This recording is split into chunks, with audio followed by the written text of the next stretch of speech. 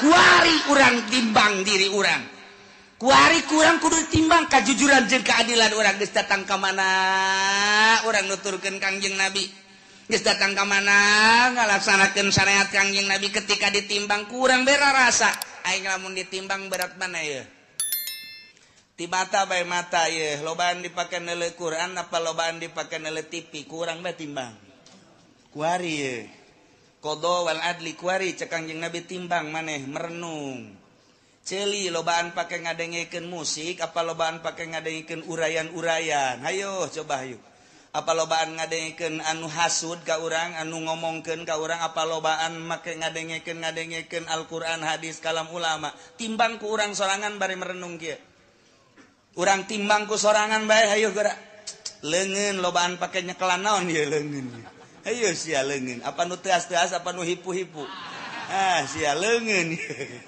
timbang ku sorangan urang komo nu geus kolot mah maningan ge beureum mah melotot pegahan engkos kolot dewek ye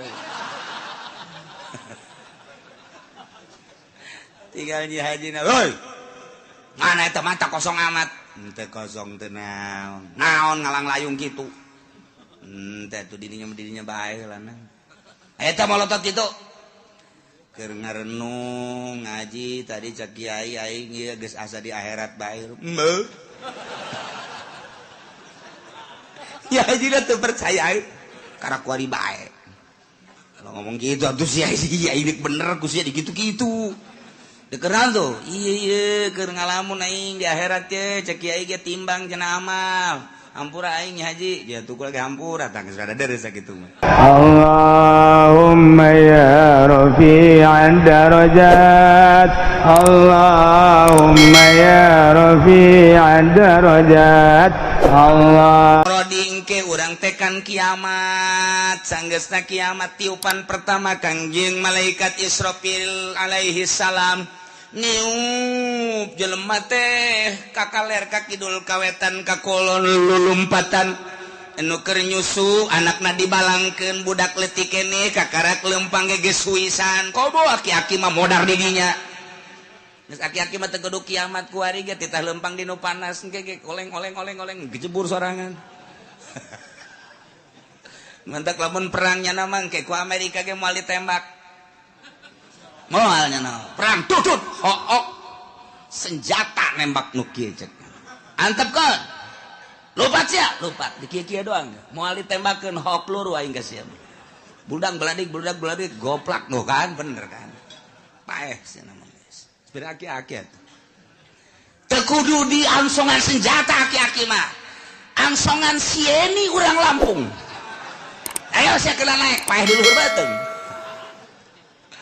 nah ieu ke kiamat beres parae ganti bumi rata gunung Masya Allah mentak kurang lamun jaritakeun ente nyangka gunung teh bakalna angger horenganan tamur meresap gunung nuku urang kaciri teger watarol jibala ente neuleuh gunung pajar ente mah gagah tegak luar biasa horenganan gunung teh leumpang tamurum maros percis okos mega bae leumpang gunung dengke bae leumpang yuk ku balikat sampai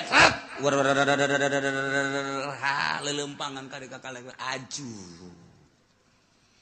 watarol jibala qamidah disangka gunung teh teger kuat horenganan tamuru maros sahab leeh nana gunung sakitu tegerna leeh kok masih Juned aju ganti rata laut gunung kobe wah geus diterjemahkeun ku Raden Oma Irama kiamat terjadinya ada jadi presiden. Masya Allah gunung-gunung yang tinggi menjulang hari itu akan dimusnahkan. Wah pohara jasa Masya Allah lautan yang dalam sarua bae eta kos kitu jana beunang di Quran masalah eta ya Allah ya Rabbi beres kabeh kuari hujan teng tiup roh ku malaikat Israfil saat merelentis kostoge cal roh ararasu ngeguh jelema nu tadina sepi eueuh sasah wabeh poe kullu man 'alaya fan wa yabqa wajhu rabbika dzul jalali wal kullu man 'alaya fan wabeh aya di bumi langit rusak modar kabeh wa yabqa wajhu rabbika dzul jalali wal ikram hanya Gusti Allah sorangan nang tangan Gusti Allah limanil mulkul yaum can jadi raja apa ieu ai raja Mesir raja Mekah raja Yaman raja Indonesia udang ngaku sia jadi raja hah teh udang Jokowi udang Prabowo udang cak Prabowo hirup kene mah can nyaho bawa jadi henteu itu bayar turun geus coba Soekarno udah kayak dia udang ke Pak Harto udah Gus Dur saya kan dilengserkan cek Gus Dur ya saya emang gak ada tanggung jawab bukan dilengserkan kalau saya lanjut baru saya tanggung jawab untung saya dilengserkan ya udah cek malaikat Israfil tenang Dur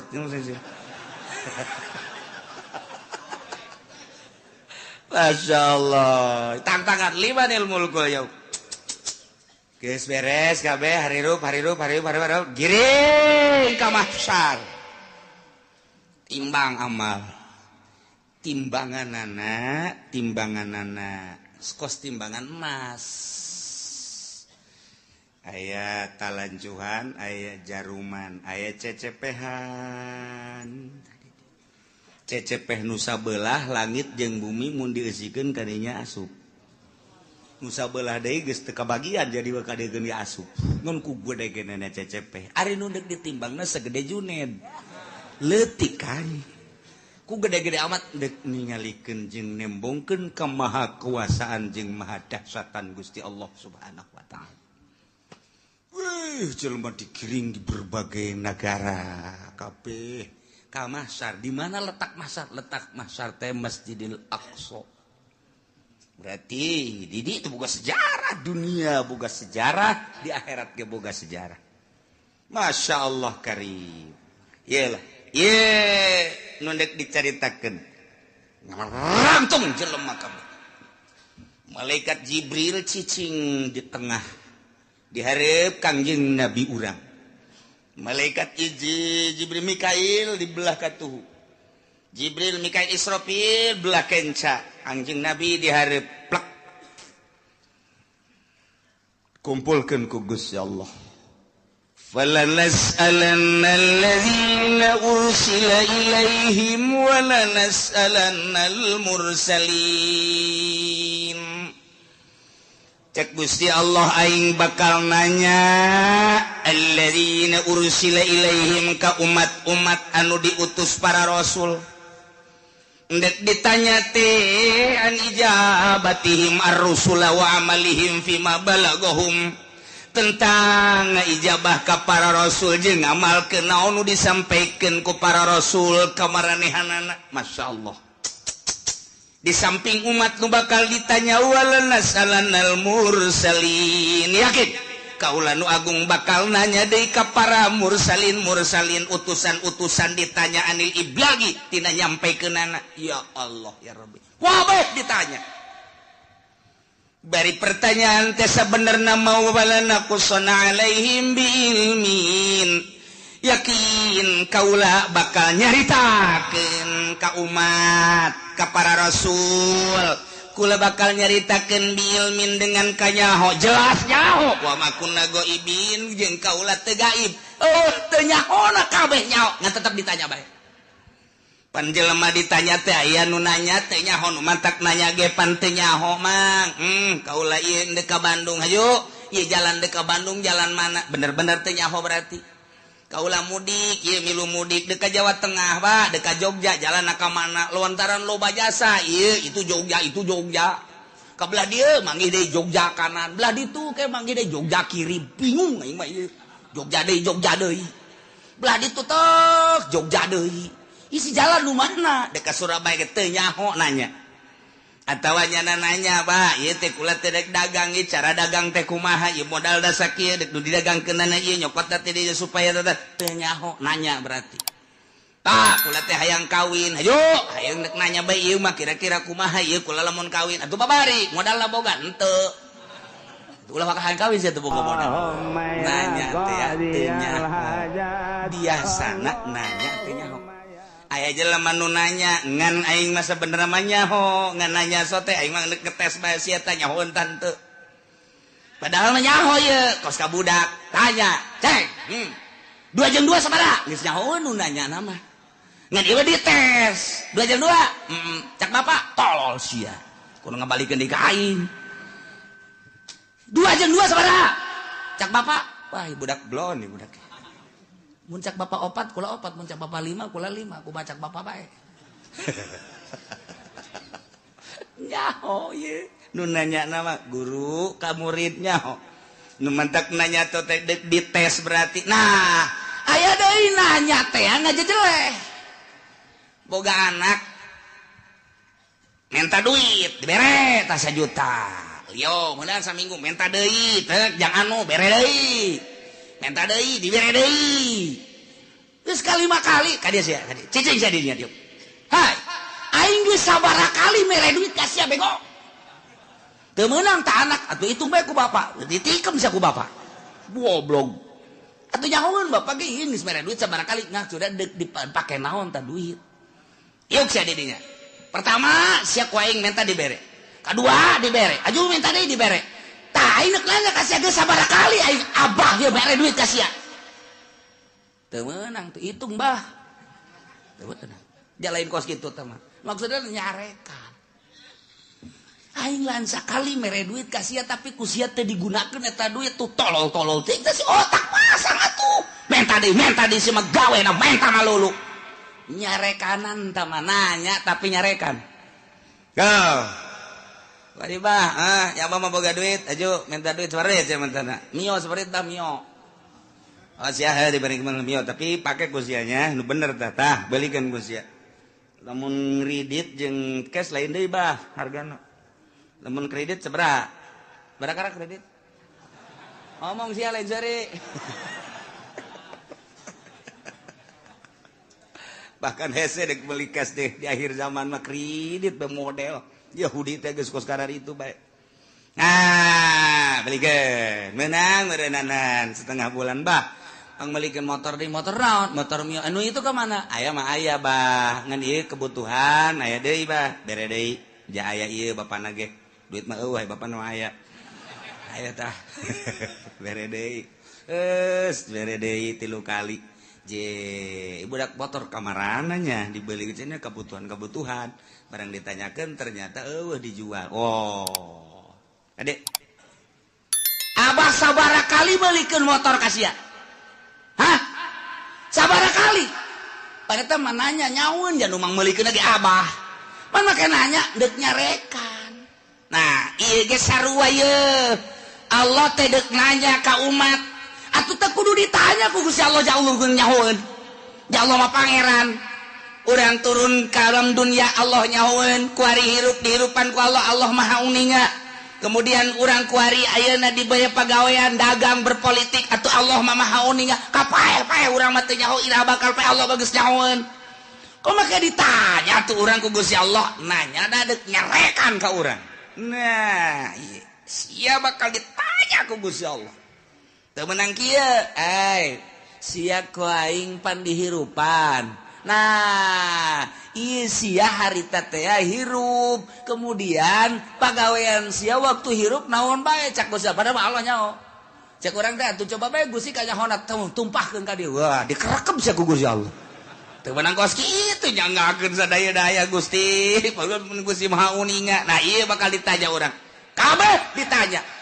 Urang sebagai makhluk ditanya, Kangjeng Nabi lagi ditanya sarua bae. Urang ditanya tentang naon? Tentang an ijabatihim ar-rusul wa amalihim fima balaghahum. Urang teh ngaijabah ka Kangjeng Nabi. narima karena Kangjeng Nabi syariatna jeung ngamalkeun datang ka mana ditanya zaman Kangjeng, zaman sahabat, zaman tabi'in, zaman para wali, kuari Junaid maju enggak zaman saya hirup beye aing mah lain nanya rajana lain kiai sia nu nyampaikeun amanah para rasul nu nyampaikeun nu tabligh nyampaikeun amanah rasul sa zaman sia abdi harita teh kitu mui abdi harita di kecamatan mah kitu Kiturmudi naiknya na ke kabupaten ju naik dinya na ke provinsi pernah nyampaikeun ai dibayar nyampaikeun ai henteu mana muina mana mui panggil mui ih kuari nyana ngeungeunahana mui nagara sia saha harita mui abdi aya orang kronjo agel iya nu formal nu formal dipanggil eta mah geus teu bares tah mah lantaran nya nama ngomong aya dibayar teu ngomong teu dibayar teu ngomong dibere daek ngomong boga jabatan teu boga jabatan teu daek ngomong ieu mah anu berkeliaran bae sa nah aya digigir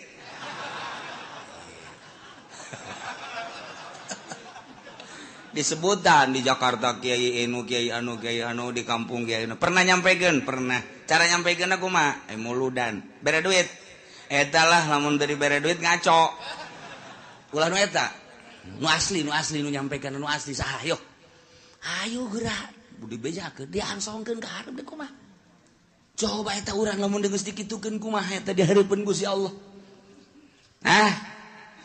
sia zaman ieu pernah nyampaikeun nyana bahwa nabi akhir zaman Kangjeng Nabi Muhammad pernah kemudian naon nu disampaikeun ku manehanana rukun wudu rukun salat dan syariat lah dain sebagainya bener coba tanya kiaina ditanya deh siapa pernah nyampaikeun bener nyampaikeun lagi dah bae ai diondang muludan sok diberkatan aya mun teu diberkatan di buledan moal kadinya deui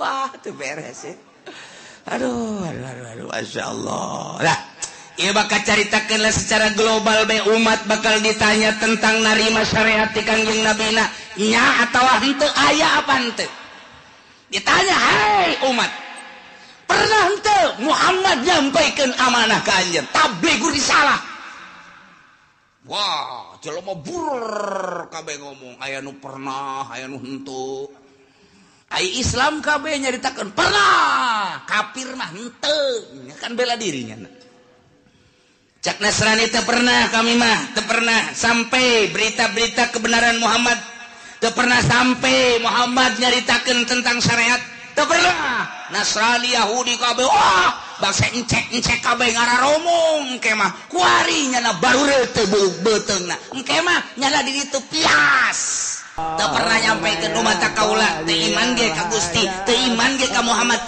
berita nyampaikeun maka uranglah jadi saksi tuh wah pacencongan urang jeung urang tidinya lah al yauma nakhtimu ala afwahihim wa tukallimuna aydihim wa tashhadu arjuluhum bima kanu yaksibun rame atuh Bang wah encek kampung Melayu ngomong hanya geus teu make hayah kampung Melayu mah encek RRC bener nu kampung Melayu mah geus pohon bapak bahasa encek lagi geus teu bisaeun eta mah nya encek nya susah ya Allah nya di neraka saneng-neng rugina ka bina-bina hehe pohara jasa ari tatangga nama nu Islam sanajan nyana ka neraka pan bakal dikaluarkeun tatangga si encek milunya dan digawe jeung encek tapi kan nyana lantaran aya imanan tetep dikaluarkeun untung kan no iya wala nas'alanna alladzina ursila ilaihim ditanya umat tentang nerima atawa henteuna ka para rasul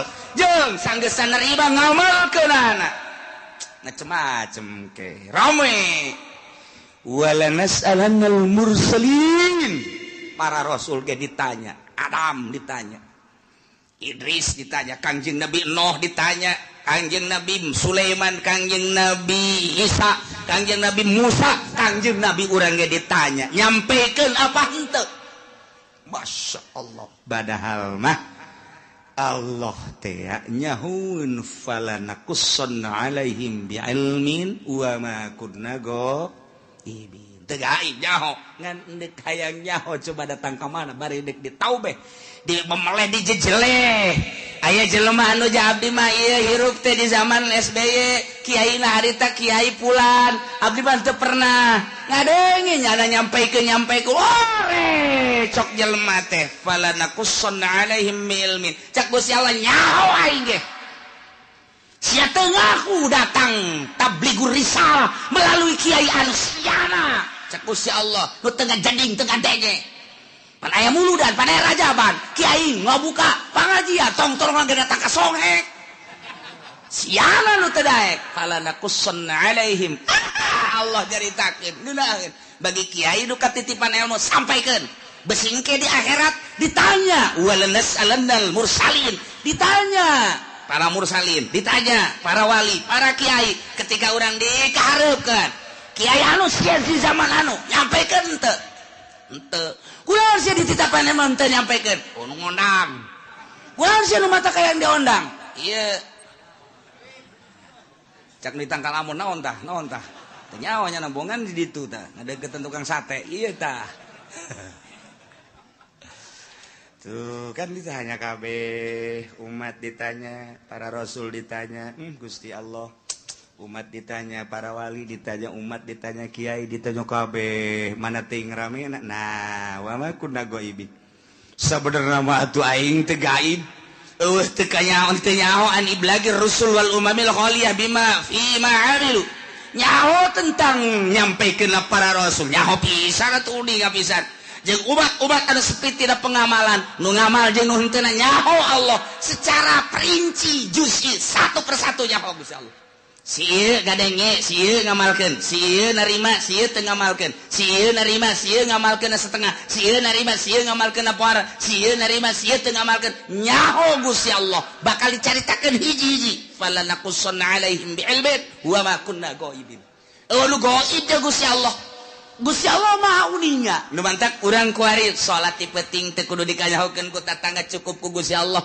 engke bakal ditanya ketika ditanya aya teh berita tabligur risalah aya melalui saha kiai anu sia ngamalkeun tante nyanggakeun sadaya-daya ke Gusti maha uninga abdi penting-penting ge hudang haju kiai haju HS deui eta anu ku aing ditolol-tolol ge sia goblok sia hudang mah hudang tapi ngan kiai doang tapi kan uninga Gusti Allah aing nyaho ka sia sok ngaji lempang ngajina nyaho aing ngadengekeun nyaho haju ngamalkeun nyaho penting sia hudang haju tahajud aing mah keur nanya bae cek Gusti Allah sebagai pangeran ditanya ku aing hidup padahal mah aing geus nyaho falanakusson alaihim bi'ilmin wa ma kunna ghaibin nu gaib jeung aing mah aing nyaho ka sia narima ti kiai anu kemudian sia ngamalkeun geus ka belah dieu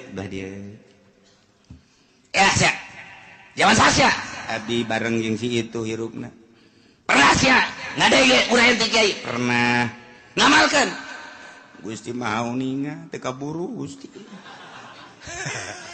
naon bae kasibukan sia abdi di pabrik Gusti mana babaturan sia anu di pabrik aya tuh itu sia ka di pabrik sia eta neangan duit jang kitu napakah pamajikan jeung keluarga sia sempet salat abdi mah minggu ngaji lamun teu keur gawe emang aya nu minggu gawe aya abdi mah ieu teh ai naon kitu ngaranna kesempatan salat mah salat tah bareng sapabrik sia pan sia mah salat sia henteu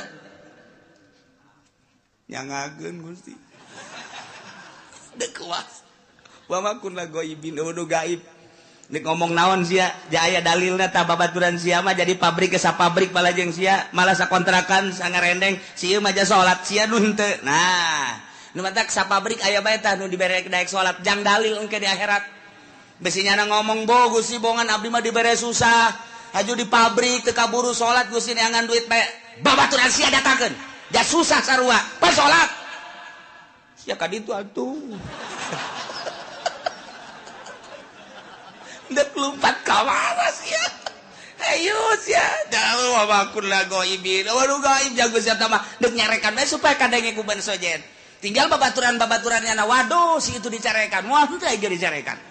Dek lompat ka mana ya ini? Dek lompat ka mana? Nah, kabeh bakal ditanya. Fala naqussonna alaihim bi ilmin wa ma kunna goibin. Tanya hiji-hiji. Bari Allah nya. Oh, lu goib ka Gusti Allah supaya jelas Allah teh pangeran dek ngajejelek jelema ditanya ku Gusti Allah kunaon sia persiapkeun ti kuari jang engke ngajawab pertanyaan eta lain lalagaan ieu mah Al-Qur'anul Karim wal waznu yauma idzinil haqq ya Allah timbangan lil amali dipasang lisohaikiha atawa jang nimbang amal bimizanin lahu lisanun timbanganana aya jaruman wakafatali aya 2 cangkok 2 mangkok 2 cecepeh kama waroda fi hadis Kanjeng Nabi geus ngajelaskeun ayat 3 hadis tu ngajelaskeun tentang sifatan mizan tentang pertanyaan-pertanyaan jaga maksudna naon timbanganana jelas nu ditimbangna apa jelemana apa amalna apa bukuna eta lah Kanjeng Nabi nu ngajelaskeun aya nu jelaskan Kanjeng jelemana langsung diayakeun. Di hadis lain Kanjeng Nabi nyaritakeun jelemana mah tetep nangtung di itu nu ditimbang adalah sohaib buku-bukuna. Cek sakaol mah lain buku-bukuna amal bae diwujudkeun ku Gusti Allah. Amal bagus herang, bagus caang, amal goreng, poek joreng. Nu jelas mandek kumaha ge ima urangna wa ima bukuna wa ima amalna pan nu jelas mah tetep bae ditimbang-timbang keneh. Ialah ayatna wal waznu yauma idzin al haq timbangan nyata timbangan nu bener yauma idzin harita bakal dipasangkeun jangan sing hade faman saqulat mawazinuhu faulaika humul muflihun sahaja lemah nu ditimbang berat amal hadena faulaika humul muflihun bahagia wa man khaffat jelema anu hampang mawazinuhu kahadeanana berat ku kagorenganana faulaika alladzina khasiru anfusahum jelema eta lah anu ngarugikeun dirina waktu di dunia bohong teu daek beramal bitaswiriha ilan nar ku sebab dijongklokeun ka neraka bima kanu bi ayatina yazlimun ku sebab maranehanana ngazolimkeun teu percaya ka ayat-ayat Allah subhanahu wa ta'ala nu ngantak urang mah alhamdulillahirabbil jauh masa urang ka Kangjeng Nabi tapi urang iman ka Kangjeng Nabi Muhammad sallallahu alaihi wasallam jauh jeung Kangjeng Nabi tapi urang ngalaksanakeun syariatna dibabaca ku urang sifat nu wajib di Kangjeng Nabi di para rasul teh 4 urang diantarana kabeleteran kuari tah di dieulah bakal ditimbang saurang-saurang malaikat Jibril di dieu Mikail di dieu Israfil di dieu Kangjeng Nabi di dieu cek sakaol Kangjeng Nabi ngajelaskeun timbangan hade nu gede jurusan sorga timbangan nu goreng ieu neraka asal ditimbang let ka dieu ka kenca belah dieu geus tinggal ngagejebur ka neraka asal ditimbang leketai ka belah dieu geus sorga tinggal berangkat ka sorga bae ya Allah ya Rabbi kuari urang teh cek sakaol Kangjeng Nabi ngajelaskeun timbangan teh timbangan qada wal adli ieu timbangan teh timbangan papasten jeung keadilan nu mantap kuari urang timbang diri urang kuari kurang kudu timbang kajujuran jeung keadilan urang geus datang ka mana urang nuturkeun Kangjeng Nabi geus datang ka mana ngalaksanakeun syariat Kangjeng Nabi ketika ditimbang kurang bera rasa aing lamun ditimbang berat mana ya ti mata bae mata ye lobaan dipake neuleuh Quran apa lobaan dipake neuleuh TV kurang bae timbang kuari ye qada wal adli kuari cek Kangjeng Nabi timbang maneh merenung ceuli lobaan pake ngadengekeun musik apa lobaan pake ngadengekeun urayan-urayan hayo coba hayo apa lobaan ngadengekeun anu hasud ka urang anu ngomongkeun ka urang apa lobaan make ngadengekeun Al-Qur'an hadis kalam ulama timbang ku urang sorangan bari merenung kieu urang timbang ku sorangan bae hayo geura leungeun lobaan pake nyekelan naon ieu leungeun hayo sia leungeun apa nu teas-teas apa nu hipu-hipu sia leungeun timbangku sorangan urang komo nu geus kolot mah maningan ge beureum mah molotot pegahan engkos kolot dewek ye tinggal Nyi Haji na heuy mana eta mata kosong amat teu kosong teu naon ngalang layung kitu teh tuh dirinya bae lanang eta molotot kitu keur ngarenung ngaji tadi cak kiai aing ieu geus asa di akhirat bae meuh ya Haji teu percaya karena kuari bae kalau ngomong gitu atuh si Haji bener ku sia dikitu-kitu dikenal tuh iya keur ngalamun aing di akhirat teh cek kiai ge timbang cenah amal hampura aing Nyi Haji dia tukul ge hampura tah geus rada deres sakitu mah tah pakarak dek bener ge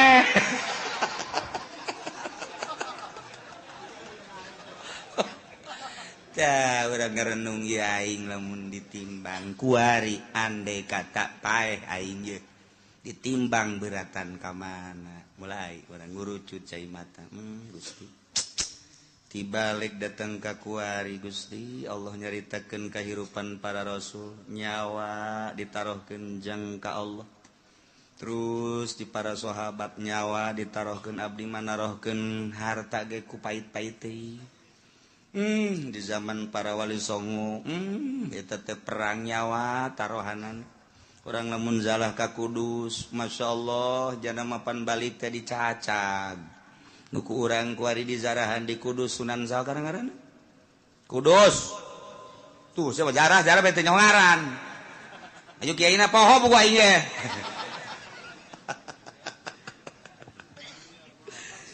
tuh eta pan nama perang Sunan Kudus mah perang balik teh pan dibawa teh tinggal nyawa balan cak sakaol bapan potong ieu na ge nuku urang dizarahan eta saja persoa di Kudus teh Kudus Masya Allah balik nyawa batur mah nyawa tarohanna pake ilai kalimatillah renungkeun ku urang aing boro-boro nyawa duit ge ku pait-pait teuing ge aya masjid ge butuh ka keramik kook biasa geus sababaraha kali mah Haji jamang haji mah atuh jajan mah aya atuh ieu keramik ge keramik nu sajen heula ke kurang karak aing hayo heula nu sajen helanan besi teka bagian beramal nu sajen eta ngomong hebat jasapan ayo urang babarengan helanan nu sajen bae geus beres gaji ieu mah geus beres keramik alhamdulillah tuh geus gaji neraka tah mah kuduna ge nu sugi mah lain kitu Haji ieu keramikna kumaha ya saha anu geus siap keramik batalkeun geus Pak Haji duit loba di bank anak geus di ngaranan ari Pak Haji na aing mah teu boga duit sial teh Ki Haji tolong emang nu sugi mah kos kitu bloon batur bae dikesek-kesekeun tah hayang urang mah hayang ngadenge tuh geus kitu Mang anu sekian meter geus aya sabaraha eta aya 20-an mah bejakeun ka Mang anu lain teu butuh kitu nya dieu mah ku Pak Haji bae kabeh sapira 500 meter lah sabaraha kebon 500 meter geus tuh jual ku buat tetangga habak beres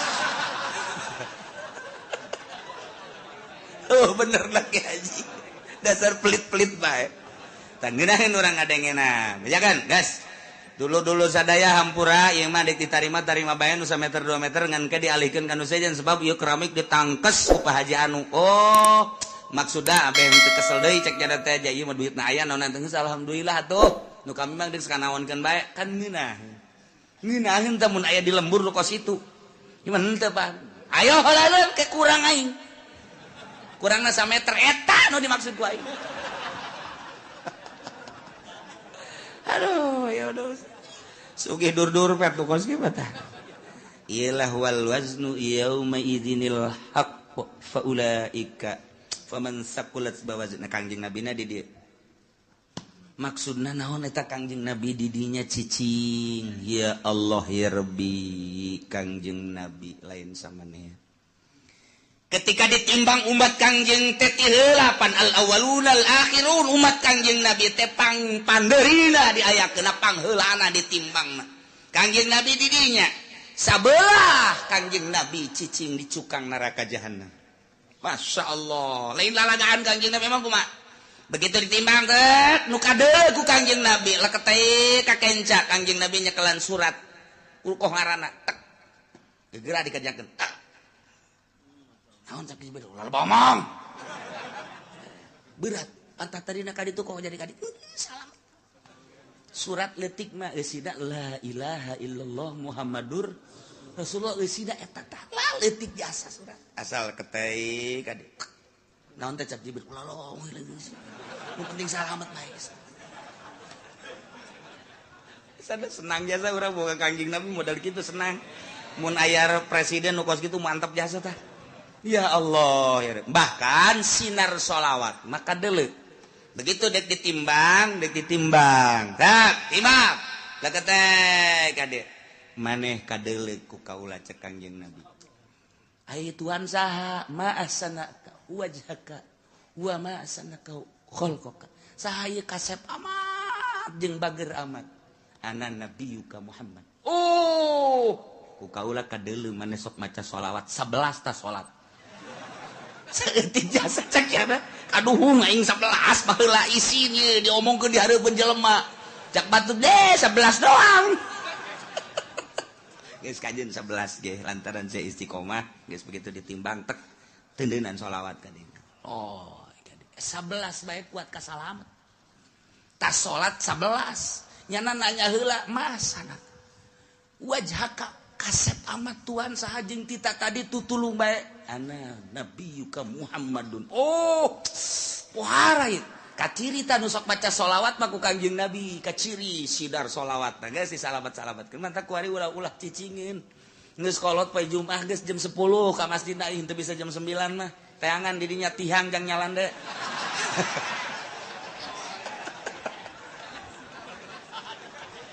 tungtungna lain maca sholawat tasbih ka mana mata ka mana bahkan aya nu nyokot ge tambah baturan tasbih teh nyaho nyana barang hudang aya tasbih aing ka mana anu mata ge baca sholawat lah mumpung urang hirup komo nu geus kolot mah ieu inget wal waznu yauma idzinil haqq ya Allah ya Rabbi ingis jasa untung aya Kangjeng Nabi urang Kangjeng Nabi Muhammad sallallahu alaihi wasallam lantaran kabeladianan mah cepet ya cepet limbangna cepet jadi Kangjeng Nabi kan latuh kulantaran sorangan limbang cepet lai ka dieu aya anu henteu kabagian sapaat kaburu Kangjeng Nabi na keur munyeuna ka dieu ieu ka dieu dibalangkeun ka ditu kan waduh aing Muhammad bae cek jana aing teu kabagian ya tapi tetap Kangjeng Nabi kadeuleu ku Kangjeng Nabi pas gagolepak ka neraka cekel ku Kangjeng Nabi entah tulung ka malaikat Jibril salamat ka eta ci atuh mah geus jore cek eta teh jadi itu lagi main simplong melulu ya aya sholawatan cek Kangjeng Nabi sabaraha sih sok maca sholawat ai muludan cek nya maca tante henteu ngadengekeun doang lumayan sakitu ge cek Kangjeng Nabi nya daek ngadengekeun assalamu alayka zainal anbiya ya assalamu alayka atqal atqiyai nu macana mah santri kan jeung kiai sia gula mah cenah ngatur-ngatur eta berkat cek nya aju ngatur-ngatur diatur teu jang kula heula teu tetep salamet bae pan mah poara eta ngan eta teh ngaguling heula ka neraka tah mah tapi tetep kok ngajar rewel Jibril salametkeun masyaallah Kangjeng Nabi moal aya pang sibuk-sibukna ieu ketika wal wasdu yauma idzinil haq sibuk jasa Kangjeng Nabi geus manu ieu geus manu itu geus manu ieu nu itu geus ulah aya bae umat Kangjeng Nabi nu ngagolepak ka neraka pohara jasa pan mantak teh kuari usul ka Kangjeng Nabi beusi engke kalepasan teu kadeuleu teu karawel lajung teu kalekep ka bapak tuh padoh pan geus kalekep apa teu kadeuleu ku Kangjeng Nabi umat aing geus beakeun kan Jibril beak geus aya wae nu teu kalekep bangona mah aya pan kita tadi aing sakieu sibuk lah cek Kangjeng Nabi ka dieu eta lah aya bae coba tang ya tuh bener cabut Jibril cabut sih ti kalekep kunaon kredit cek gitu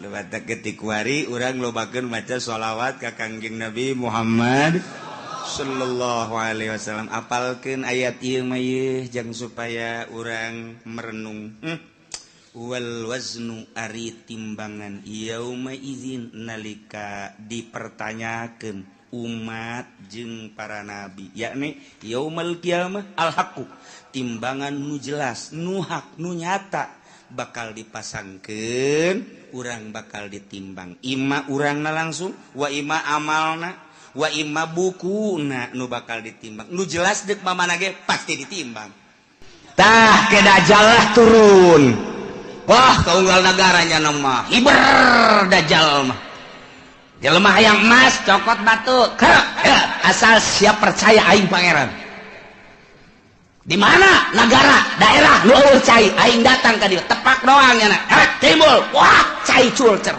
asal siap mangelanan ka aing pangeran ayo jelema iman geus ipis sementara kiai-kiai anu balalager nu balener geus ka Mekah di dieu geus eueuh nu ngelola di unggar nagara kabeh tinggal sumuhun dauh jeung sumuhun dauh boro-boro engke ku dajal kakara kudukun kebul bae ku ari geus sumuhun dauh ku kebul ku dukun bae geus sumuhun engke mah komo ku dajal jelema dipaehan hirupan deui pangeran kos kitulah dajal dahsyat jasan nu mantak urang dibere doana ku Gusti Allah minta salamet tina al-masihid dajjal lantaran wah jelema gelo kabeh iman ka dajjal teh pangeran jelema hubud dunia hayang dunia naon bae dicekel jadi dunia nu hayang emas jadi emas hayang duit jadi duit hayang motor jadi motor ku ari bang kredit engke mah hayang naon sia mio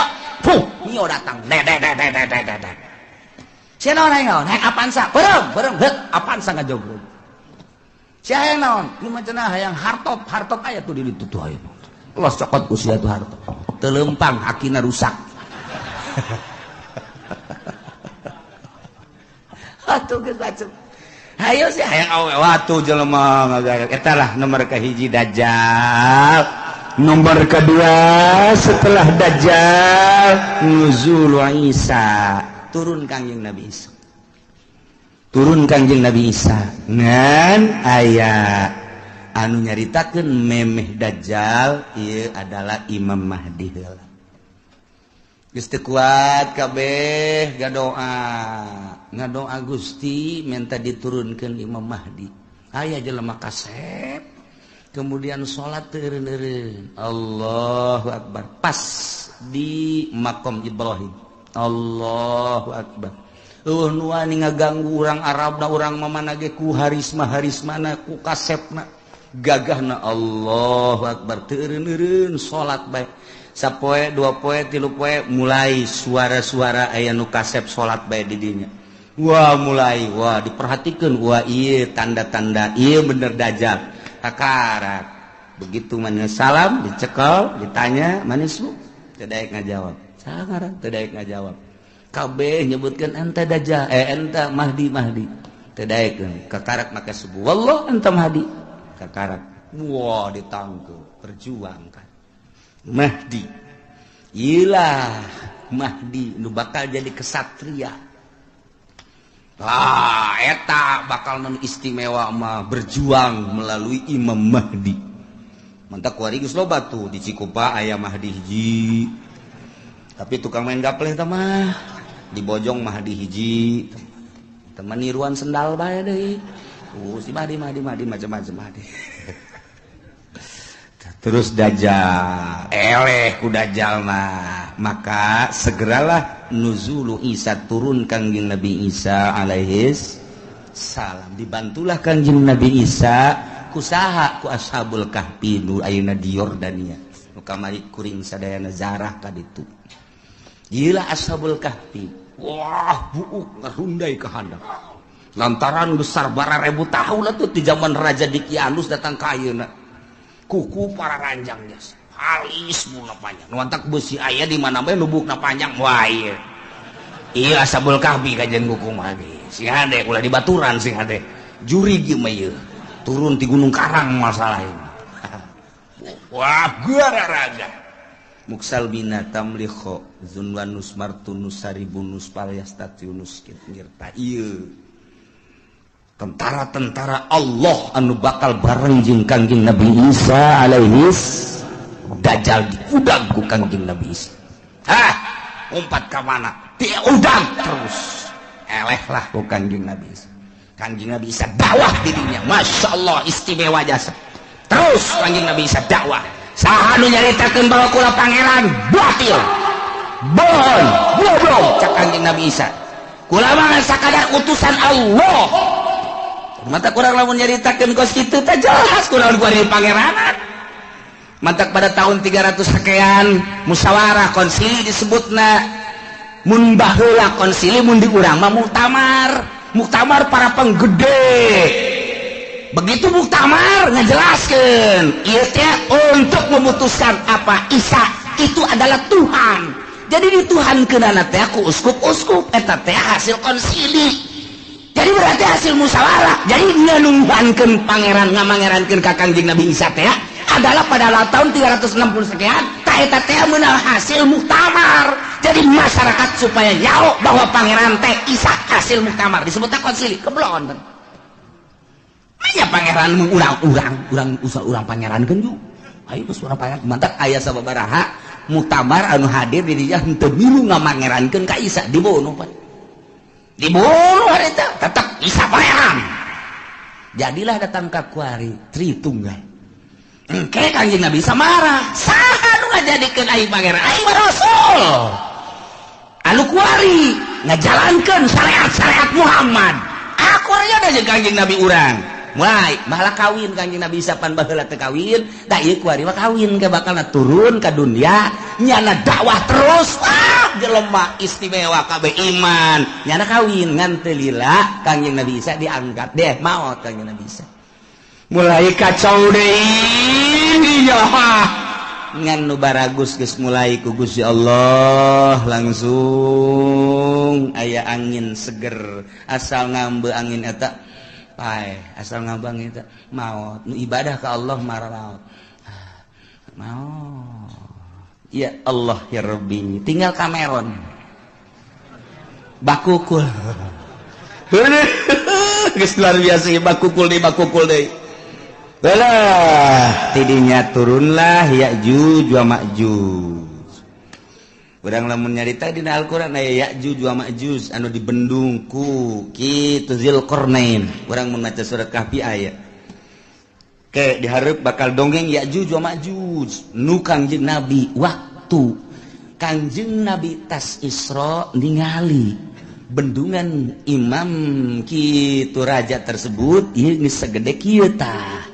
Sedengkeun ieu de kaluar tah, de kaluar geus sagede kieu cak Kangjeng Nabi. Engke bakal gede di akhir zaman bakal kalaluar. Di bada kalaluar Ya'juj wa Ma'juj terus bae ngadaharan naon nu aya bae. Manusia di dahar, hewan di dahar, suagula rupa di dahar. Wah, Ya'juj wa Ma'juj mah. Ieu mah tangkal kayu sok bala di daharan bae. Ieu binatang anu pohara geus mantak baheula ku Zulkarnain di bendung ge raja sadunya Raja Zulkarnain dipuat dina Al-Qur'anul Karim. Ngan eta bendungan Raja Zulkarnain teh ya nu kuari di laut mana nah ini ditelusuri ke berbagai ilmuwan dunia seluruh benua Asia, Afrika, Amerika, Eropa, Australia. Ya urang teangan coba bendungan Zulkarnain teh di mana ieu sebab Ashabul Kahfi kanyahoan Kangjeng Nabi Syuaib kanyahoan dan lain-lain sebagainya kanyahoan urut Kangjeng Nabi Elut kamari laut mati aya kanyahoan. Wah bae aya ieu teh di dunia nu aya dina sejarah nu di Quran teh aya kabeh. Kemudian piramid aya, Firaun aya dan lain sebagainya aya. Ieu bendungan Zulkarnain ieulah anu encan kapanggih datang ka perdetik ieu. Nah, tapi geus mulai kuari kanyahoan. Geus mulai berbarengan jeung kanyahoanana kapal Kangjeng Nabi Nuh. Kapal Kangjeng Nabi Nuh teh kuari teh aya kene. Kapalna aya kene kapalna mesin deuk urang kadar itu hayu. Di mana cenah Kiai? Lah, sia mah diajak ka Banten ge hararese. Komo ka ditu atuh. Di Gunung Arad. Di Gunung Arad, Arad teh di Turki. Ta eta teh di luhur gunung aya. Setiap jelema nu kadinya teu kuat paeh. Jalan luhur melalui udara tetep bae teu kuat. Didinya geus digambar saat orang didinya aya peninggalan kapal Kangjeng Nabi Nuh alaihi salam. Judi teh judi. Nah, geus kapanggih eta tinggal iya bendungan Zulkarnain nu ditunan di bendung iya Ya'juj wa Ma'juj di mana iya bahkan ilmuwan kalau Amerika pernah asup ke hiji daerahnya lagi kaget kok hewana kos karari celikna lain irungna lain bahasana lain tak eta teh nyada kaget di dinya aya hewan seperti kieu yeuh teu kajawan nya lagi di mana tapi ketika jana perem ngadengela suara azan Allahu akbar Allahu akbar trek aya di daerahna deui berarti eta dibukakeun hijab mata asup Islam eta jelema eta asup Islam loba jasa di Amerika anu menemukan di Inggris di Belanda kemudian asup Islam loba ieu mah keur carita hayang mengetahui tentang bendungan Zulkarnain geus sapangi aya sababaraha menemukan buah ieu cuman buah doang ketika aya seseorang anu menemukan hewan seperti itu apa ieu Ya'juj wa Ma'juj teh maka manehanna ngadenge suara azan kemudian bentak geus lain di dinya deui tah eta teh negara-negara kos kitu teh loba urang ge kuari ge urang nu ka Banten aya nu haju ka dulu istana kerajaan eta berarti diajak ka negara itu kamari aya di nu liwat ka dinya bae oh aya kerajaan di daerah dia di ketos bae kerajaan ketos raja jurig newo-newo meureun tah jawab ieu ieu urang kan kuari ieu teh kuari urang teh aya 3 dimensi urang cicing di dieu urang dimensi zahir kuari zahir kadeuleu ieu lamun urang dibukakeun hijab trek dimensi alam jin lamun waliullah dimensi alam hakikat bakal kanyawan hakikat jadi ieu teh sababaraha dimensi urang mah pelantaran urang mah sapira urang atuh nu kadeuleu ieu deui kapanggih ieu deui mun mingguan ka dieu jeung tukang uduk deui eta dimensi urang mah teh da ieu ke baca bakalna Ya'juj wa Ma'juj nah idinya kakarak summa khurujud dabbah jadi eta bakal Ya'juj wa Ma'juj engke ku Gusti Allah dihujanan blek hujan banjir pararaeh lah Ya'juj wa Ma'juj tinggal manusia-manusia anu nyilib araraya loba keneh di dunia teh dabah teh ya hewan eta nya nama leutikan ti himar hampir sarua jeung himar begal celina rancung biasa ngan nya nama mau patlot mau pulpen leungeunna nulisan jelema tarang ditulisan mukmin kafir geus teu bisa kukumaha nu katulis kafir wae terus sadunya mukmin kafir dabah eta mah terus nulisan eta masyaallah ieu lalakon lain lalagan ieu pohara jasa bakal katulis nah nu geus aya tulisan mukmin tidinya langsung teu kebel mau ngeunaheun geus tinggal nu kafir siapa kafir sia kafir sia ge deuleut tarang sia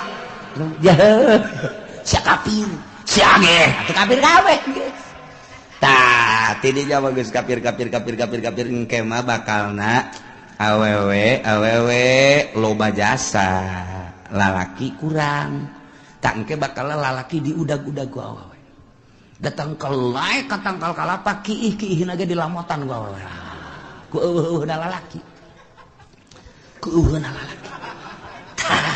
lamun hayang mahmur engke tah aduh haju deui zina teh kuari makan masih kena di kamar masih kena di kontrakan eta anu kelas di hatap nu belah ditu da mah tuh di hotel di tempat-tempat anu geus puguh lokasi-lokasina engke mah di sisi jalan kos kotok ieu hayang itu dibuka sleting beres geus eta geus hayang ces beres percis kos kotok bae geus ces beres ngan digabungkeun ku Gusti Allah gabung geus moal aya nu anakan moal aya nu anakan geus we dibere gabung bae lantaran dikiamatkeun kan moal aya budak leutik nah aya hiji dua ge aya hiji dua saeutik hiji dua paling meureun sadasa hiji nu reuneuh teh ya geus hese ngandur gabung bae geus teu araranakan ngomongna jelema ku geus lemah-lemahna iman ketika aya nu zina ieu jelema jana zina didinya ngan ngomong kitu atuh hayang boleh didinya belah ditu kayak ngan ngomong gitu doang geus teu daya teu upaya geus sebab zina kabehan ngan ngomong da kitu hayang belah didinya atuh sakena belah ditu ke naon ih kita lalikan aing mah geus beres ngomong gitu ditawaran daekeun pan blon eta iyalah bakal terjadi seperti eta masyaallah kakarak summa tulu usyamsi min magribiha kakarak muncul panon poe di kulon jadi muncul panon poe di kulon setelah Mahdi setelah Dajjal setelah Dabah setelah Yajuj wa Majuj kakarak muncul panon poe nu mantak cek Kangjeng Nabi la taqumus saah moal waka terjadi kiamat hatta tatlu asyamsu min magribiha sehingga muncullah panon poe di kulon tah ieu teh ditangtangan ku kafir teh urang Quraisy nyaon dina Taurat dina Injil geus dijelaskeun nu matak nyana lah aing mah daripada iman ka Quran jeung ka Muhammad maningan beh hiji lain cabut nyawa aing nomor kedua mana yang disiksa ku Gusti Allah nomor katilu Allah maning turunkeun bae tanda-tanda kiamat di antarana muncul panon poe di kulon nu matak ketika muncul panon poe kumaha tangke bakalna yauma yati ba'du ayati rabbika la yanfa'u nafsan imanuha lam takun amanat min qabl dina poean datang sebahagian tanda-tanda pangeran yakni tere datang kiamat wahiyatul usyamsi muncul panon pemin maghribiati kulon sakumaha geus dijelaskeun di hadis Bukhari Muslim tah ketika muncul panon poe di kulon teh la yanfa'u nafsan imanuha lam takun amanat min qabl Allah mangpaatna kawak-kawakan ka hiji jelema ka sahabat imanuha imanna lam takul amanat min qabl anu manehanana encan iman memeh eta mah geus begitu muncul panon poe di kulon nyana can iman haji nyana nyao ieu teh tanda kiamat berarti bener kiamat teh nyana iman geus tutup pintu si gotaka teu mangpaat sama sakan jujung kelan nyana asyhadu an la ilaha illallah wa asyhadu anna muhammadar rasul geus tutup tamang geus tutup bae bukan asal muncul panon poe di kulon geus tutup syahadat tinggal syahadat zikir tinggal zikir jelema kabeh bakal neangan masjid kege tandana masjid eta adalah hiji aya kubahan dua aya menarahan tilu aya tihangan masjid mah mantap pakai tihang bae tanda masjid adalah tihang engke di akhir zaman ditareangan eta ngan geus ese neangan masjid geus areueuh lantaran dibongkaran model di urang ge kuari keur dibangun masjid di berbagai negara di berbagai daerah di berbagai sudut dibangun lantaran masih keneh nyaman jeung aman nu ibadah loba keneh di akhir coba engke namun terus dikendalikan ku Amerika nu jadi gubernur Jakarta kuari Ahok lamun aya Jokowi naik Ahok kafir tidak menutup kemungkinan engke Serang bupatina kafir Pandeglang bupatina kafir lamun di Jakarta Ahok engke di Serang si Cenglu oh di Pandeglang si Tegwan ayo si Tangerang si siang-siang melingseng geus ono beres kabeh ayo sia mangkaning deui bae tuh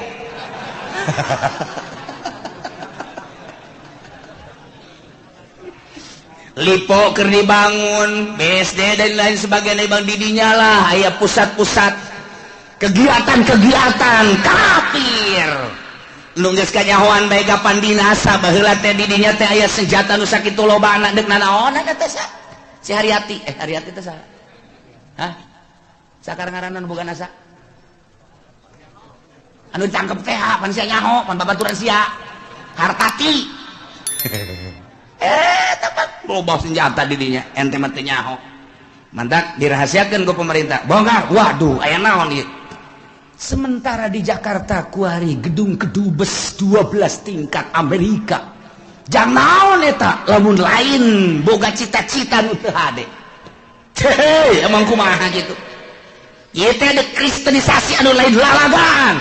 Sementara pemerintahan orang wae kiai nu aya di ditu wae 4 kali. Nek kumaha deui atuh. Lain teh diperjuangkeun jak geus kiayana. Ya otomatis lah kafir dia terus hasil dicokotan ku Amerika, hasil dicokotan dan lain sebagainya. Urang dibangun kadeuleu geus lemahna di urang, asal aya nu bergerak dianggap teroris, asal bergerak dianggap teroris. Kan sararieun kabeh iman geus eueuh mulai gempor. Sudah tidak ada masjid-masjidan, masjid paling hiji dua kan meureun anu dipertahankeun. Ayo sia tanah dibelian ku nyana nyin gereja sadaek-daek. Ada kumaha deui ayo. Ya pemimpin urang ge nu handal nu kuat. Ayo deuk kumaha kabeh sumuhun dawuh ke Amerika. Nah, mulailah gedung-gedung dibangun, gereja dibangun, masjid-masjid urang dibangun, engke dibongkar. Nah, ieu mah keur carita singkatna bae. Lila keneh eta mah urusan kos kitu mah sebab eta mah melalui masa-masa peperangan dan lain sebagainya. Bakal perang. Deuk kumaha henteu bakal jasa. Nah, nu mantak kolot urang baheula engke mah bakal perang deui sia ngan urang mah baheula kolot urang nyaritakeun ejeng kulon. Sakar kulon. Baduy jeung baduy, padahal mah baduy teh horeng eta siloka. Baduy teh cak kolot baheula eta teh nu bakal diperangan jeung urang nyana nyahoeun ka jalan-jalan horeng Amerika eta baduy ngaranna. Siloka kolot eta mah.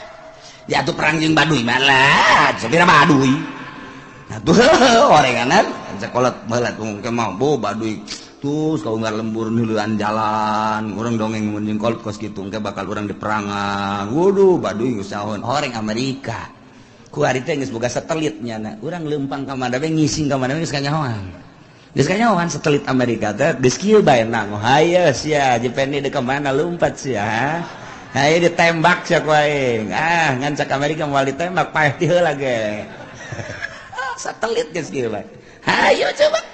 Urang gambaran letikna boga urang internet deh hayang nyaho daerah anu trek pencet asal nyaho bae urang blokna pencet jaheueuh pencet jaheueuh pencet jaheueuh salah mencet waduh sempak sial sial salah mencet aya kiai do salah mencet lain sial alhamdulillah kitab anyar cenah ieu mah. Aduh, Masya Allah. Aya dinya merekna Kiai Haji Google. Waduh, bener. Masya Allah. Di akhir jawan, nggak saya kumaha coba ya, lalakona.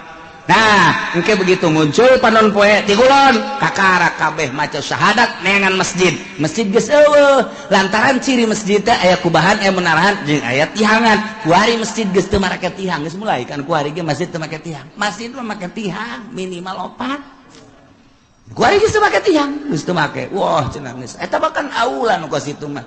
Abe fungsina babari cenah main badminton bisa. Didinya main bola bisa, didinya main takraw bisa, kemudian main gitu tenis meja bisa dan lain sebagainya bisa. Tak jadi berarti fungsinya geus lain multifungsi deui mah 10 fungsi. Tuh, eta lah. Geus ese neangan masjid syahadat tinggal syahadat. Nah, la yanfa'u nafsan imanuha lam takun amanat min qabl. Teu aya faedah. Jujungkelan kafir-kafir kabeh para maca syahadat percaya ieu teh kiamat lantaran penonpet timbul ti kulon tetep teu aya mangpaat. Aw nafsan lam takun kasabat fi imaniha atawa awak-awakan anu tadina manehanana teu pernah ibadah teu aya mangpaatna nyana iman nama ka Gusti Allah cuma teu pernah salat teu pernah puasa harita mulai tobat ka Gusti Allah la tanfa'uha taubatuha teu mangpaat tobatna geus bae doraka bae. Sanajan nyana tobat tutup pintu sigotaka. Oh, tobat-tobatan hari itu. Lisan. Masya Allah. Kul bejakeun Muhammad intaziru tungguan gitu. Ahada hadhil asya. Nu tadi dicaritakeun tanda-tanda deukeut ka kiamat. Ti miniti Dajjal, Mahdi, Dajjal, Ya'juj. Kanjeng Nabi Isa kabeh datang ka muncul panon pet tungguan bejakeun tungguan engke bakal cak Gusti Allah ku aing diayakeun di akhir zaman bejakeun tungguan aya hayang konstitu terek iman ka anjeun terek iman ka Al-Qur'an tungguan kege bakal imam muntazirun tuan bakal kapanggih kege Masya Allah diawali engke kuloba perjudian permabokan jeung perzinahan engke mah hese neangan parawan nu asli teh hese kabeh mun geus kaun deuk dikawin teh nya na bebeja geus pernah zina hese geus kabeh waduh luar biasa urang mun nyaritakeun perzinahan ku ari ulah kudu di Amerika di Inggris di Belanda di Perancis di Jerman ulah negara kafir geus jelas di urang ku ari siswa sekolah Bandung Surabaya hese nyaritakeunana dikontrakan jauh ti indung bapak cacak aya di hareupeun indung bapakna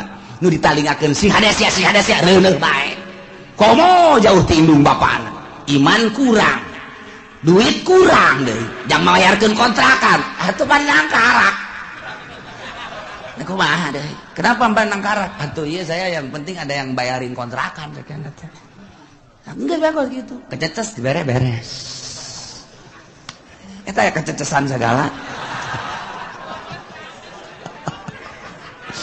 Masya Allah nah iyalah caritaan ku parkures nunang tangan ka Kangjeng Nabi teu percaya ka Kangjeng Nabi jeung ka Al-Qur'an endahan manehanana nang tangan hayang paeh lah hayang datang siksa lah hayang tanda-tanda kiamat cak Gusti Allah geus bedakeun Muhammad ka manehanana tungguan ke bakal datang urang kuari geus ditungtung kuari mun ditingali sejarah target akhir zaman geus dara deukeut jasa sebab tanda-tanda deukeut ka kiamatna geus aya mata geus bae kuari mah urang mah sakadar ngaji ieu mah supaya nyaho jang naon jang supaya urang bisa mengendalikan diri abeh urang salamet fid dunya wal akhirah lantaran hese deuk dikukumakeun ge ieu mah geus bae urang jeung urang jang urang bae geus urang rapih ke anak urang di akhir zaman mah kuari geus teu boga TV teu boga HP teu ngridit wali geus sakitu ge geus teangan coba nu teu boga HP hese jasa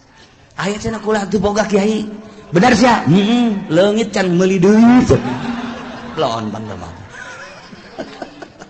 henteu timbul ti nurani atuh kiai bae boga HP da 3 kiai nu hiji diceuli nu hiji diceuli nu hiji diirung lawan bantak kiai atau komo pedagang atuh Masya Allah eta mah terserah ieu mah keur nyaritakeun karusakan nu warokna mana na ieulah urang ngaji supaya nyaho horenganan karusakan teh geus dararekeut jasa urang salametkeun diri urang eueuh nu leuwih karunya ka diri urang iwal ti diri urang salametkeun diri urang pamajikan urang anak urang luruskeun menuju Allah Subhanahu wa taala aya nu mantak Gusti Allah nitah puasa emang kumaha kitu eta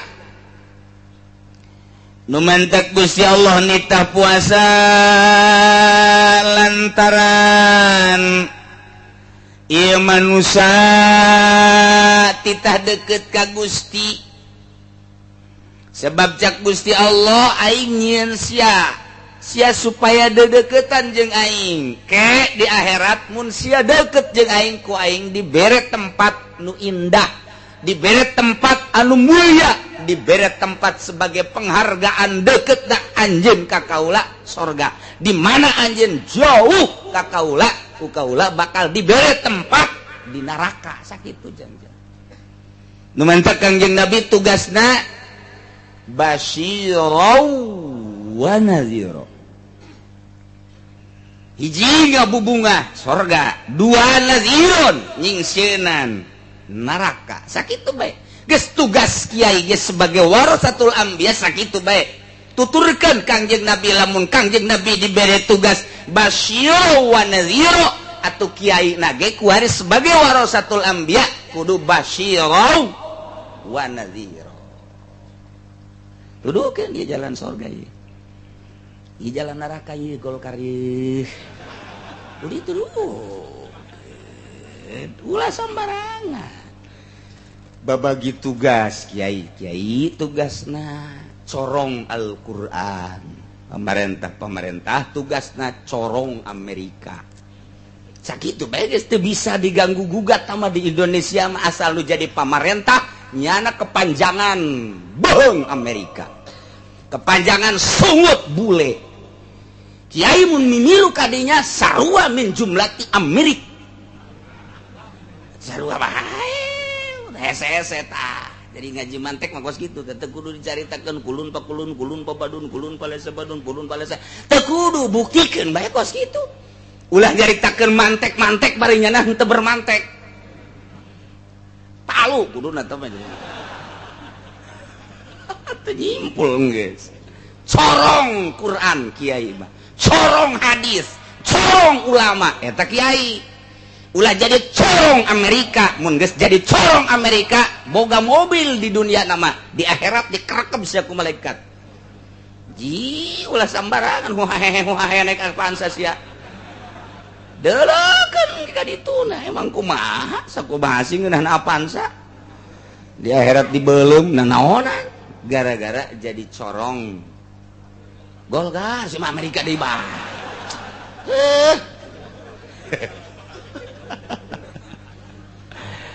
Atuh nun teu bae. Ngan hampir kitu bae kabeh. Ieu mah keur carita kasimpulan. Dihenteu teh gatuh kitu bae. Dihenteu teh ge kula mangan sakadar ngabejakeun doang pedah Kangjeng Nabi basyirau wa syahidau wa mubasysyirau wa nadhir. Kumaha kitu? Kieu lazatud dunya arbaatun kalazatan dunya aya opat sakadar opat kanikmatan dunia. Hiji at'am dahar, dua wasyarab nginum, tilu wal jima'u jima sek. Nomor kaopat naon? Molor. Sakitu kau perhatikan coba ge. Ieu teh meunang ti Kangjeng Nabi dikemas ku ulama. Oh ngan sakitu kalazatan dunia. Montak Ibnu Lulusan ngajelaskeun ge. Nikmatud dunya salasah ngan nama. Kadituna aya idkholu zakar. Bisa we teh Ibnu Ruslan. Nikmatud dunya salasan faltu taban namun wa qublatun wa idkholu zakar. Nikmat dunya ngan tilu tengetkeun ku sararia cak Ibnu Ruslan. Hiji naumun molor, kadua qublatun nyium, katiluna mana nyium. Idkholu zakar tah ngabebeskeun panakol tongtrong Ci atuh kumaha ngomongna sia eta coba. Itu jak itu tidituna kitu tuh kitu bae. Aduh, cek urang Jawa apa iku? Ah sia. Boten ngertos ora iso orang Jawa. Ya wis, gue lulu dah.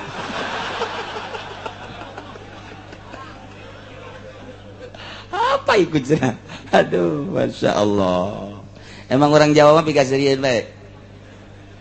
Dikasirian bae ke cerita Gus Dur teh diundang ka Mekah ku raja, di aya nu dibawa ulama kiai 10. Barang datang ka istana kerajaan di ditu di Arab. Aya aula di luhurna merekna aya mamnu'ud dukhul. Nyana kieu bae, astagfirullahalazim. Astagfirullahalazim. Astagfirullahalazim. Gideug bae di teh di hareupeun lawang. Sambarkeun ku Gus Dur, ono apa sih? Gus Dur iki segena opo iku iki mamnu duhul dilarang berduhul di sana berarti ini tempat duhul katanya. Waduh cek Gus Dur teh ya dasar teh nyakola orang NU teh nyakola ini mah dilarang masuk bayinya di Indonesia nyebut duhul teh ka pemajikan jadi itu barang kamar mamnu duhul emang ini tempat duhul kali ya tuh emang itu ngaraji kos gitu ta mamnu duhul padahal tempat kiki tua.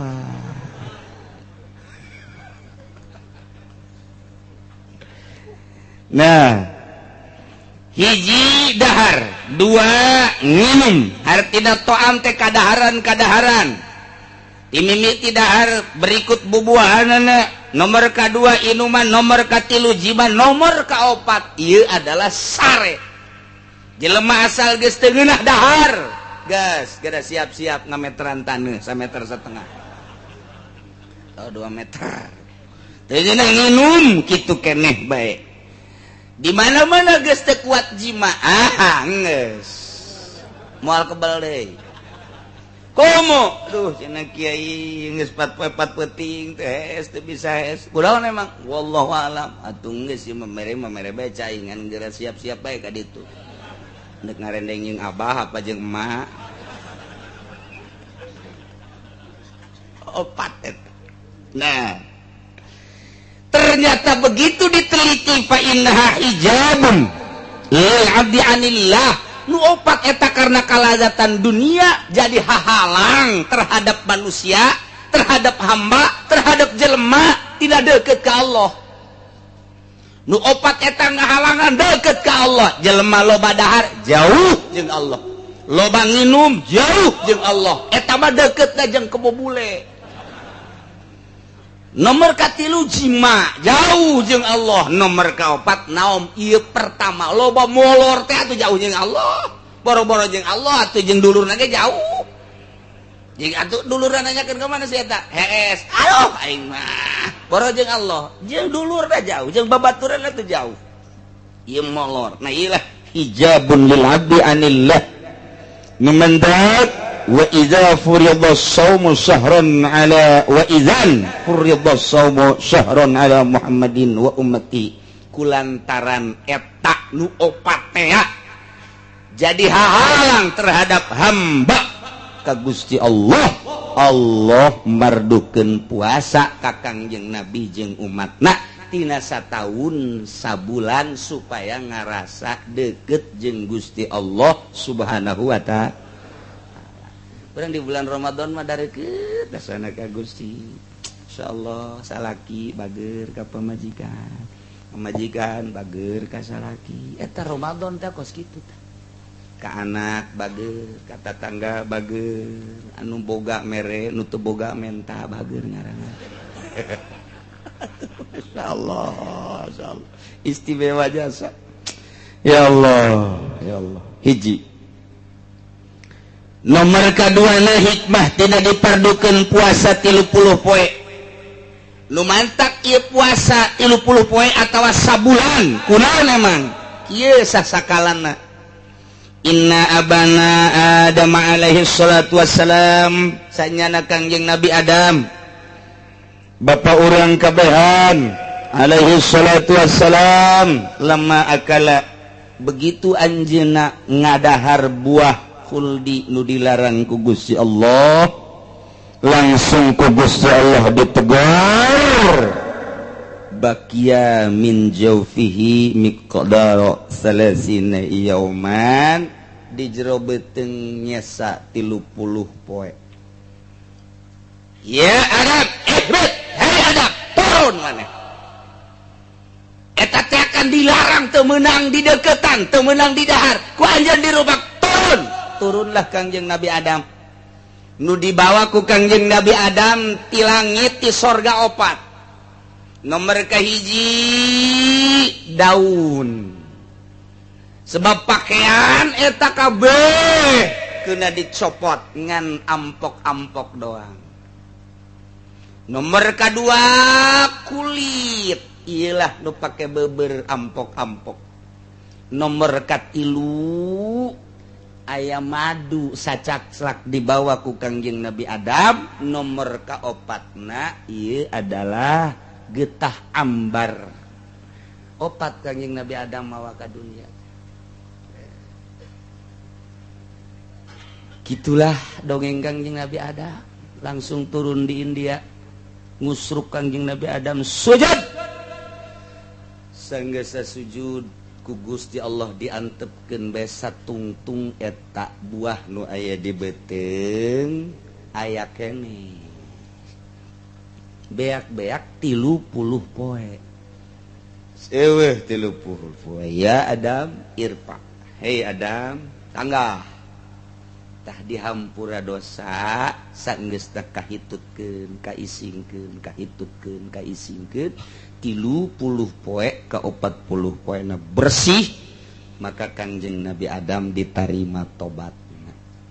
Tah dumadak urang ge kuari 30 poe dibersihan ke ditungtung tanda diterima tobat menang Lailatul Masya Allah nikmat biasa menang Lailatul Qadar baca-baca teu kudu ngaburi nyai bae Lailatul Qadar mah urang ieu timiti puasa teh cedah dongeng na batur mah ngaburi nyai belah langit segala rupa Lailatul Qadar lain ku kitu bae Lailatul Qadar lain eta pamajikan haju seuri ge eta Lailatul Qadar aduh Gusti aing puasa teh dibere Lailatul Qadar aing ku Gusti Allah kunaon pamajikan nu biasa manyun bae seuri bunga teh Lailatul Qadar anak cium tangan biasa nama anak geus kieu bae naon ieu bah martil katarang abah ye tarang abah tapi bulan puasa mah cium tangan eta ngaranna Lailatul Qadar komo aja SMS-an jeung jahe mah eta mah neraka jahanam teman. Masya Allah karim tuh iyalah hikmahna nu mentak Gusti Allah nitah puasa ka Kangjeng Nabi sareng umatna salasina yauman bilayaliha tak urang mudah-mudahan dibere sehat ku Gusti Allah dibere jag-jag ku Gusti Allah dibere daek urang ibadah ka Gusti Allah sehingga bener-bener urang menang ridho Allah Subhanahu wa ta'ala. Diriwayatkeun dina disyaratkeun puasa teh kieu innallaha ta'ala khalaqal aqla sanyana Gusti Allah ngadamel akal begitu didamel eta akal ku Gusti Allah cak Gusti Allah ya aqlu aqbal akal madep fa aqbala akal madep ka Gusti Allah semoga cek Gusti Allah ya aqlu aduh akal mungkur anjeun akal adbaro mungkur nurut jasa akal cek Gusti Allah ya aqlu man anta wa man ana saha anjeun jeung saha kaula cik akal anta rabbi wa ana abduka dhaif Gusti pangeran abdi ari abdi mah hamba Gusti anu dhaif cik Gusti Allah ya aqlu ma khalaqtu khalqan a'azza minka kaula teu ngadamel makhluk nu leuwih mulia tibatan anjeun sebab anjeun mah geus ngaku jasa begitu ditanya man anta wa man ana anjeun teh ngajawab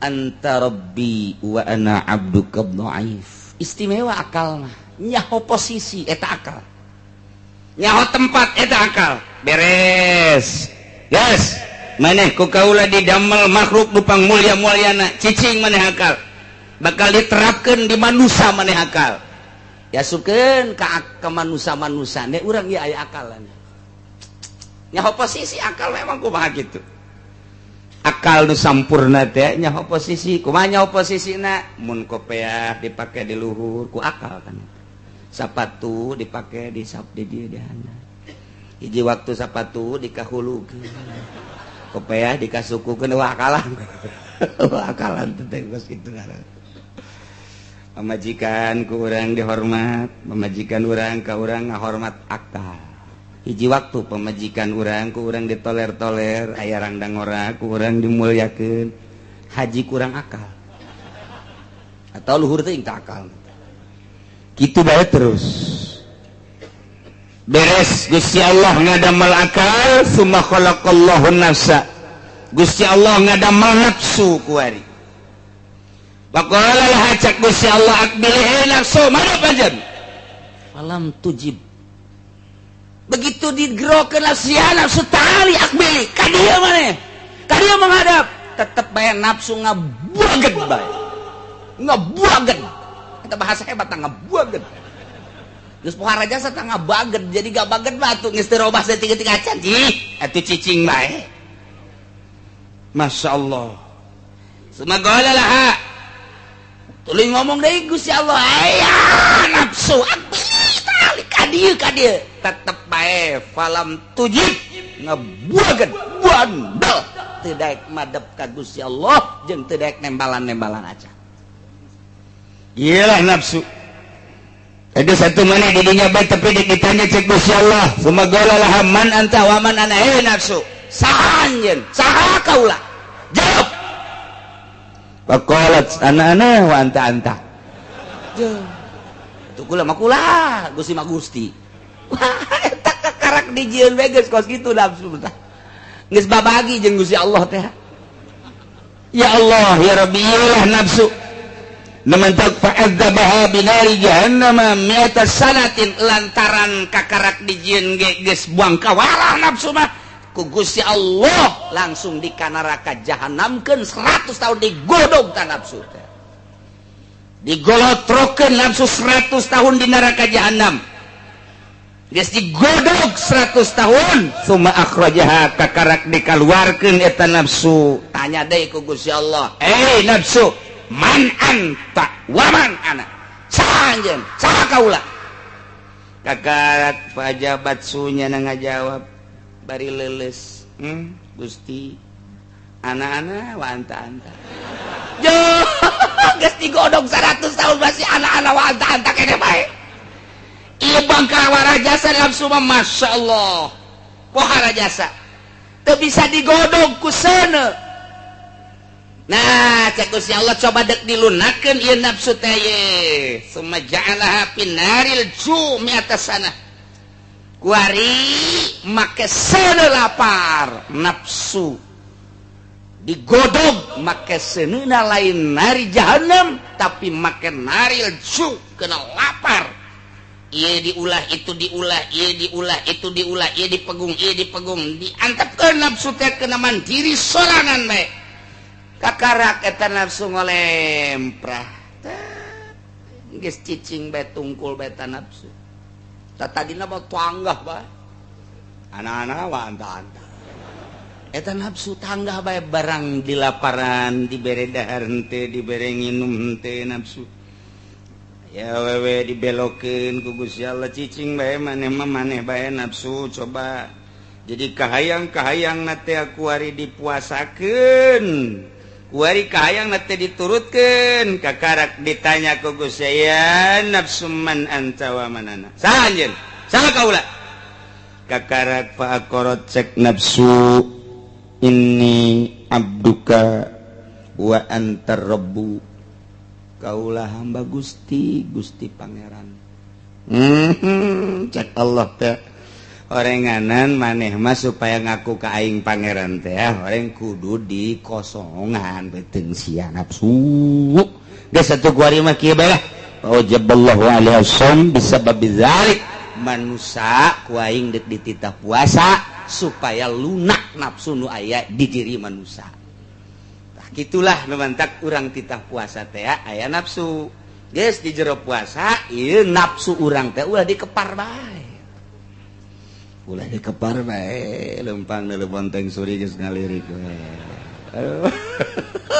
ya nafsu teh aya nafsu atuh nafsu teh rek hareup ka Gusti Allah di mana-mana buka nya bonteng suri nya kopi nya teh manis nya susu atuh begitu tarawih teh daek menghadap kereknya na tuh tarawihna ge milihannya nu 11 di mana euy tarawih nu 11 di mana? Tuh di masjid itu. Ieu urang ka ditu lah di dieu mah 23 pape.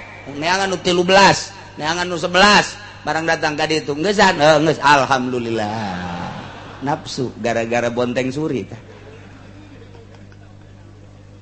Ya karim masyaallah.